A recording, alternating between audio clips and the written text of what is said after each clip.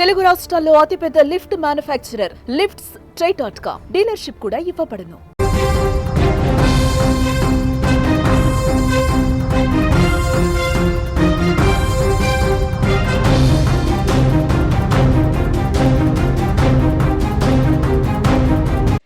తెలంగాణకు భూకంప హెచ్చరిక భయాందోళనకు గురిచేస్తోంది.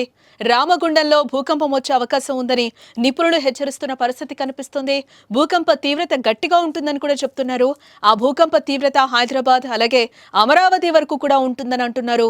తెలంగాణకు భూకంపం వచ్చే అవకాశం ఉందని ఎర్త్క్వేక్ రీసెర్చ్ అండ్ అనాలిసిస్ అనే సంస్థ స్పష్టం చేసింది. తమ పరిశోధనలో ఆధారంగా తెలంగాణలో రామగుండం సమీపంలో భారీ భూకంపం సంభవించే అవకాశం ఉందని కూడా వెల్లడిస్తోంది.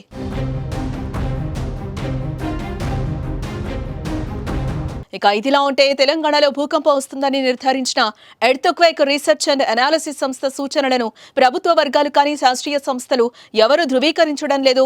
భూకంపాలను ఖచ్చితంగా ముందస్తుగా అంచనా వేయడం ప్రస్తుతం శాస్త్రీయంగా సాధ్యం కాదని, ఇలాంటి సూచనలు తరచుగా నిర్ధారణకు నోచుకోవని అధికారులు చెప్తున్నమాట. అయితే తెలంగాణ, ఆంధ్రప్రదేశ్ రాష్ట్రాలు పెసిఫిక్ జోన్ 2-3లో ఉన్నాయి.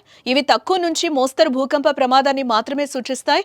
గతంలో ఈ ప్రాంతంలో కొన్ని చిన్న భూకంపాలు సంభవించాయి. అయితే అవి ఏమాత్రం నష్టం కలిగించలేదో అని అంటున్నారు.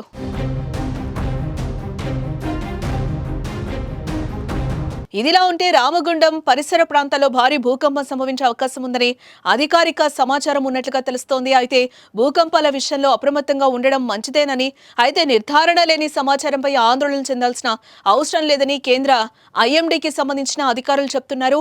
ఏపీ, తెలంగాణ రాష్ట్రాల్లో గతంలో చిన్న నుంచి మోస్తరు తీవ్రత గల భూకంపాలు చోటు చేసుకున్న విషయం కూడా తెలిసిందే. అయితే ఎర్త్క్వేక్ వెబ్సైట్ మాత్రం రామగుండం సమీపంలో భూకంప ప్రమాదం వచ్చే అవకాశం ఉన్నట్లుగా చెప్తోంది. ఇప్పటి వరకు తెలుగు రాష్ట్రాల్లో భూకంపాల రికార్డు కూడా పెద్దగా ఏం లేదు. కొన్ని సందర్భాల్లో స్వల్ప భూకంపాలు ప్రజలను భయాందోళనకు గురి చేశాయి. 1969 ప్రకాశం జిల్లా ఒంగోలు ప్రాంతంలో 5.1 తీవ్రత గల భూకంపం వచ్చింది. అది అప్పట్లో రాష్ట్రాన్ని బాగా ఊపేసిందని కూడా మనం చెప్పుకోవచ్చు. ఆ తర్వాత 1998లో తెలంగాణ రాష్ట్రంలోని ఆదిలాబాద్ జిల్లా 4.5 తీవ్రతతో ప్రకంపనలు నమోదయ్యాయి. అలాగే హైదరాబాద్ లో 1984, 99, 2013లో చిన్న భూకంపాలు మాత్రమే సంభవించగా ప్రజలు ఒక్కసారిగా భయపడిపోయారు. కానీ ఎలాంటి ఆస్తి నష్టం కూడా సంభవించలేదు. అయితే మరోసారి భూ ప్రకంపనలు వచ్చినా పెద్దగా ప్రభావం ఉండదంటూ విశ్లేషకులు సూచిస్తున్నారు.